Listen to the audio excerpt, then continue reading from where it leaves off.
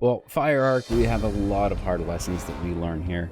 What we can see at the start is that these teams both have a pretty good grasp of it. Now, from Team 1 and Team 2, they have 2 guys each that just don't seem to understand the lessons of Fire Arc.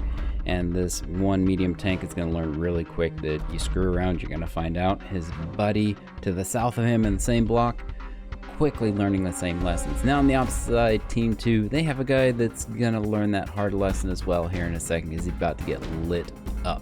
Now, the guy's going to C. They're gonna do a great job here because they've got lots of trees and other stuff to be able to block. They've got some hills and stuff. The Team 2's one guy that's gonna push to the C point. It's not gonna end up good for him. Now, the Team 1 tank that's highlighted that we have the viewpoint from, don't worry about him. I was just trying to cross that river. Found out you can't. You have to be able to be amphibious. So back to the B point here. Both teams, heavy push in here. This is an absolute brawl. And especially at this BR, the amount of tanks and fire and artillery coming down here is absolute chaos. But that's pretty good because look, they're grouped up together. They're supporting each other. Now, this massive Team 1 right here, this is actually going to be a pretty good hold for them because they just keep reinforcing that, and the enemy team, Team 2, is going to keep pushing into that and just keep getting destroyed. Now, this spot up here that what is that, the D5, I'm going to highlight this medium tank. That's me. From this spot here, you've got an excellent sniping position at them as they're crossing over the railroad tracks in the C4 block right here. And if you just maintain this position and a hold down, you can snipe at them so well, and it works out. It's because you have from there out to pretty much the C point that you can see until they get into some little rivets or some lower sections. So like the guy over on Team 2 side that's just getting highlighted, you can see up to him. And so you've got that wide swath or wide angle that you can shoot at. Now, Team 2 is taking the A point at this point, and that's pretty good because they're able to sneak down there and get the cap point while Team 1 wasn't watching. Now, Team 1 does have a medium tank down there. Not quite sure if he has visibility on the A point. He should, unless he's looking out at the northern part of where Team 2 is spawning at and moving up over those tracks. But Team 1 is continuing to hold strong onto that B point.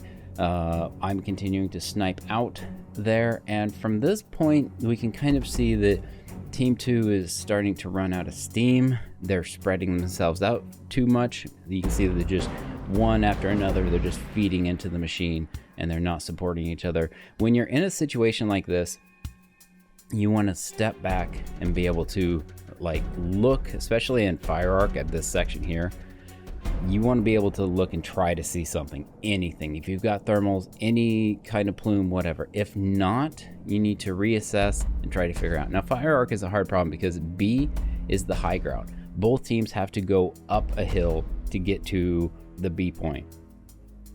And if you can maneuver far enough, you can kind of, so like if you're Team 2 and you maneuver out towards the C point, you can kind of see some things, but it's still all uphill. So it would be good to take a wide flank out and try to get to that C point and then move up because you've got lots of trees, covers. There's a couple buildings that block line of sight from B to C, but it would be a better option than continuing to try to push up over these rails because Team 1, they just can, as soon as you try to come up over those rails, they're just going to get a lower hole shot on you and it's a done deal.